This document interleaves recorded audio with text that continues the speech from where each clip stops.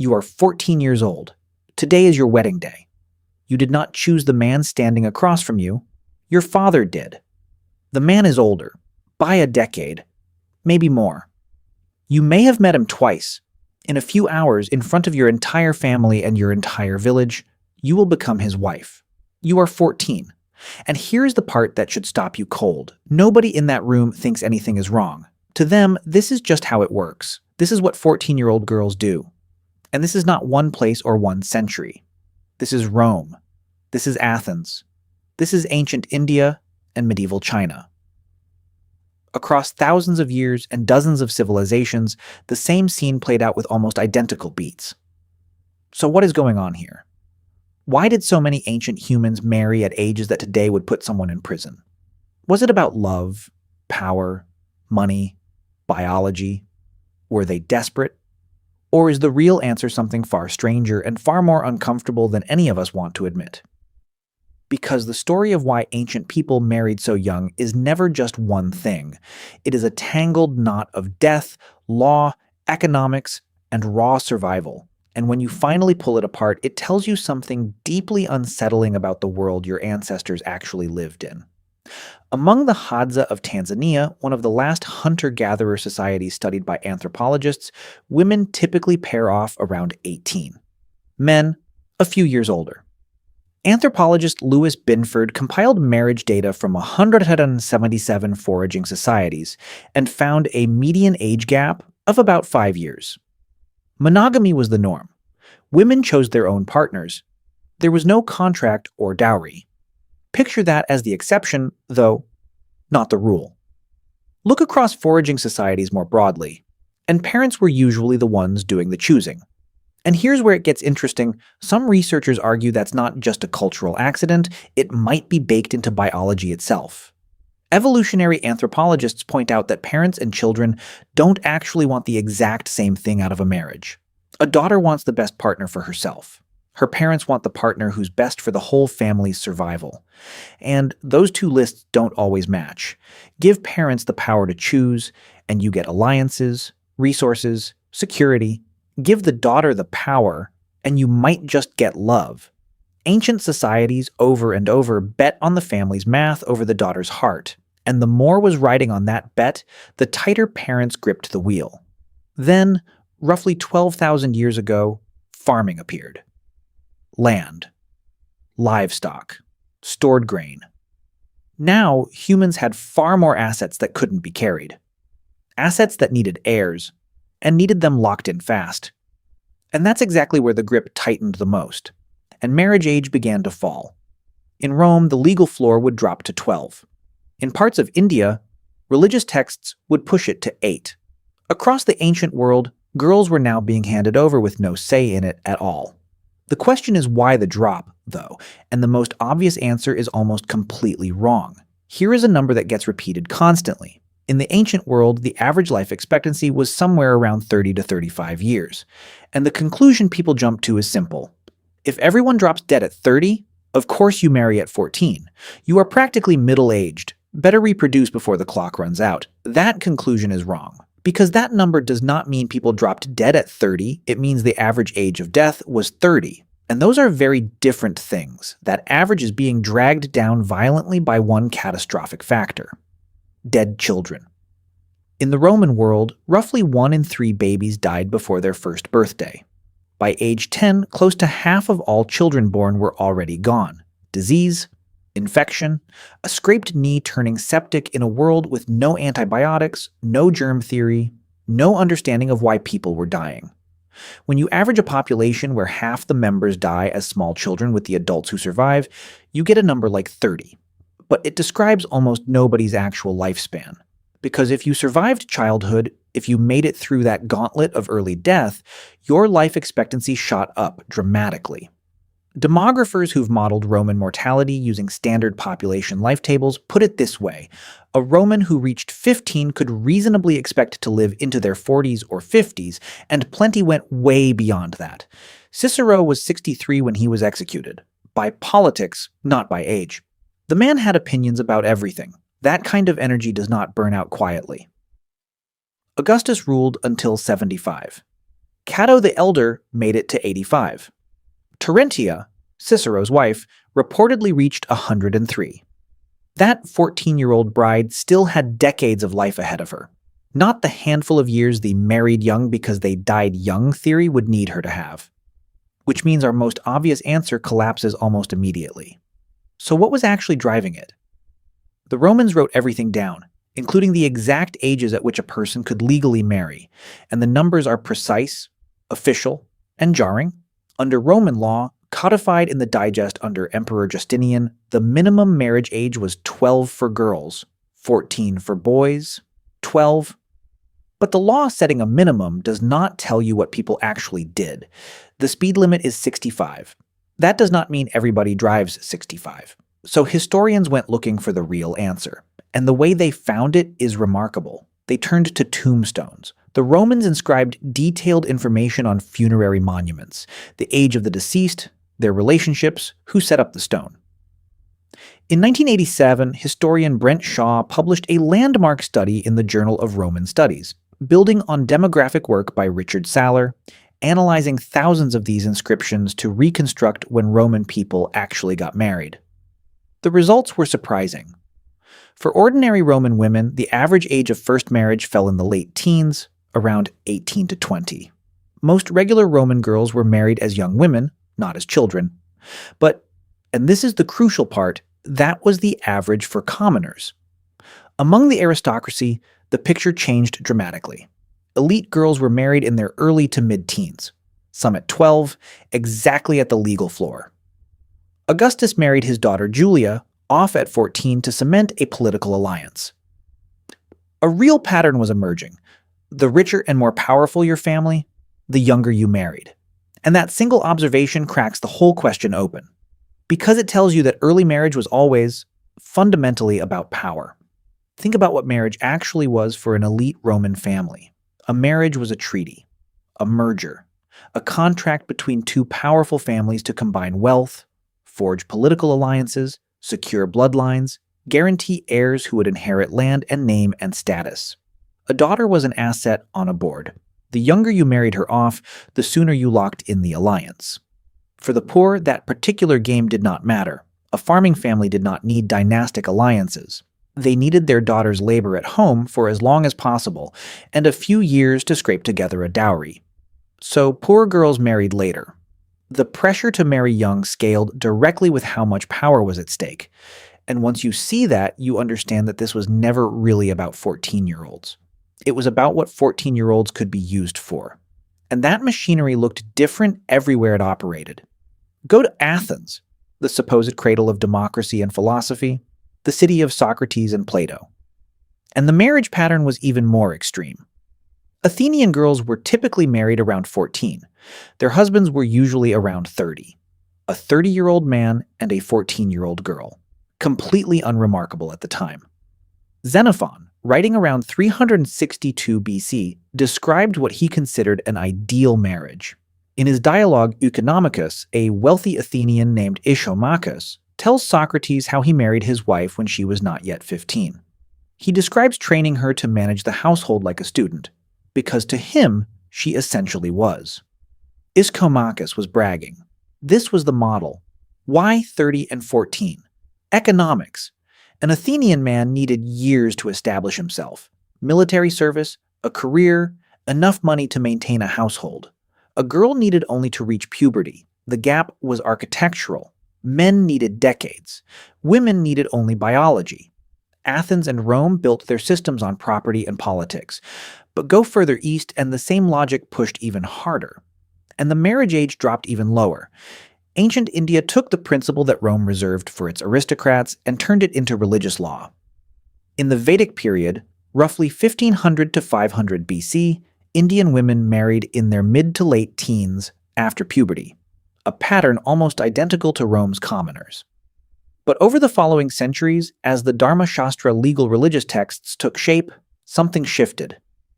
The Manusmriti, the laws of Manu, compiled around 200 BC to 200 AD and one of the most influential legal codes in South Asian history, has a verse that lands like a gut punch.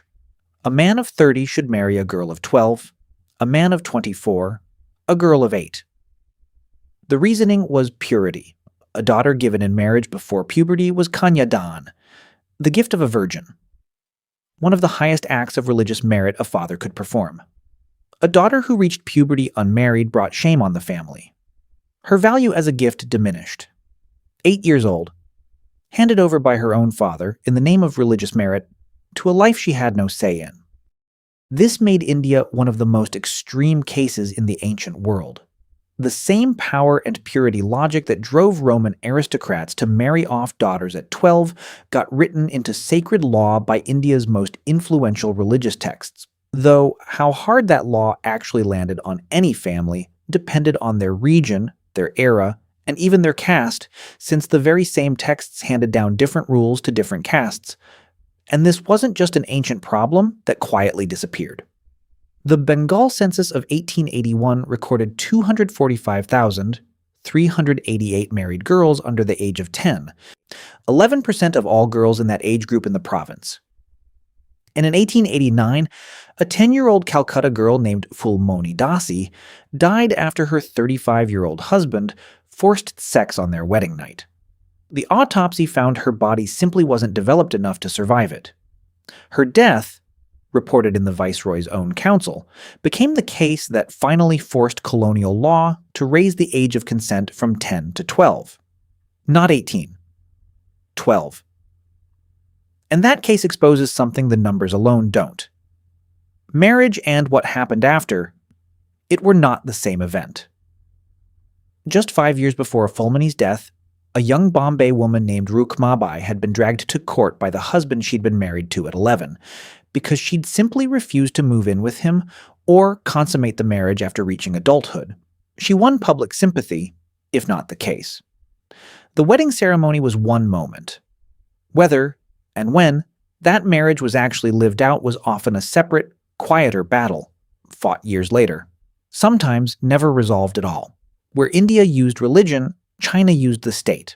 Confucian ideals actually recommended men marry somewhere between 20 and 30, women between 15 and 20. Few dynasties in Chinese history ever came close. The state needed population. Wars killed millions. Plagues emptied provinces. And governments responded the way governments do, with mandates. During the Wei and Jin dynasties, the legal marriage age dropped down into the young teens. And if a family hadn't married off their daughter in time, the government would step in and pick one for her. In 273 AD, Emperor Wu of the Western Jin issued a decree that still reads like a threat. If parents hadn't found a husband for their daughter by 17, the local government would assign one. The state was so desperate for births that it stripped families of the right to wait. From the Song dynasty onward, the norm settled around 16 for men, 14 for women. Marriage in China kept doubling as demographic policy, and more than once in documented stretches of Chinese history, when the population dipped, the marriage age dropped right along with it. Rome used law, Athens used economics, India used religion, China used the state. 4 civilizations, 4 different mechanisms, the same result. Girls married young, which means something deeper than any single system was driving all of them toward the same answer. If this is changing the way you see the ancient world, like this video and subscribe. Because what comes next is the single most important part of this entire story. Remember those numbers. 1 in 3 babies dead before age 1. Half of all children dead before 10. Now think about what that means for a family that needs heirs. Heirs to inherit the land, heirs to carry the name, heirs to take care of you when you are old. Because there is no pension, no retirement fund, no state to catch you. Your children are your only insurance against a helpless old age.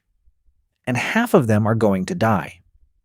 So how many children do you need to bear to be reasonably sure that 2 or 3 survive to adulthood? Historical demographers found the answer across dozens of pre-industrial societies. In one Bavarian village, detailed parish records show married women bore an average of 5.6 children, and watched 2.8 of them die before age 15. In Roman Egypt, fertility rates climbed as high as 7 or 8 births per woman. Imagine that. A woman going through pregnancy and childbirth 7 or 8 times over 15 or 20 years, and losing roughly half of what she bears.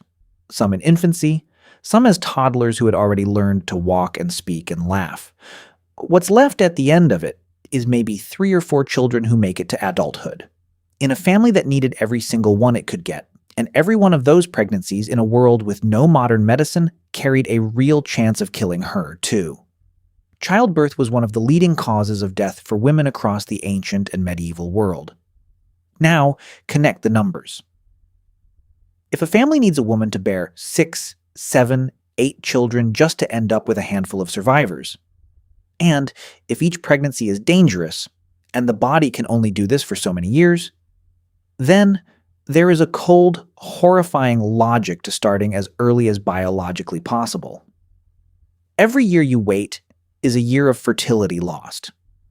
This is where the two explanations we've been circling finally meet. Power explains who got to make the decision: parents, and especially fathers. Survival math explains why that decision, once made, always pointed the same direction: younger. The Hadza paired off later because the math pressed gently. Small groups, no property. The stakes were personal, not dynastic. India and Rome and Athens and China built elaborate systems around it because the math pressed hard. Property needed heirs, families needed alliances, states needed soldiers, and the toll of child death demanded volume. But the equation did not have to be solved the same way everywhere. 2 places in history proved it. Ancient Egypt broke the pattern from within.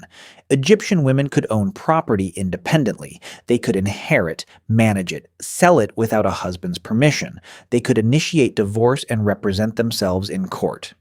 They had marriage contracts on papyrus, financial agreements specifying what each spouse brought into the union and what each took if it dissolved. Contracts typically secured the wife a third of the couple's shared property upon separation.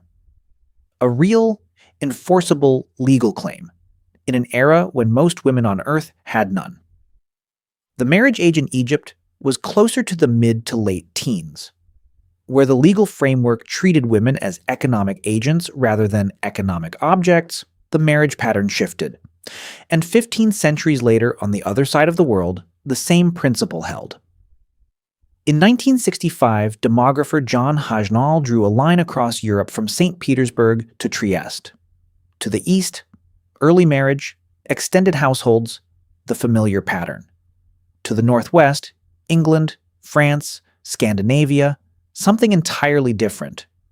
Women married at 24, 25, 26. 10 to 20% never married at all. The reason was structural. In northwestern Europe, newlyweds were expected to establish their own independent household. So young men and women spent years working as servants and laborers, saving toward independence. Marriage became something you earned. Egypt did it by giving women rights. Northwestern Europe did it by requiring economic independence. Different levers, same result. Marriage age was downstream of structure.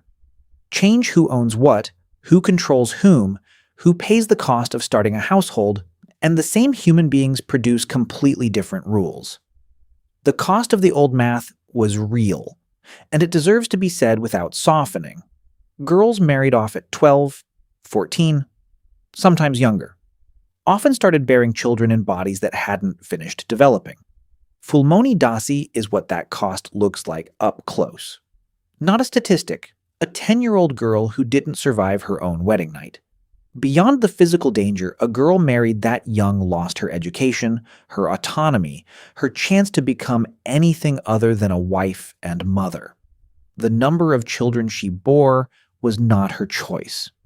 The people who built these systems mostly weren't monsters. They were ordinary people following the incentives their world handed them.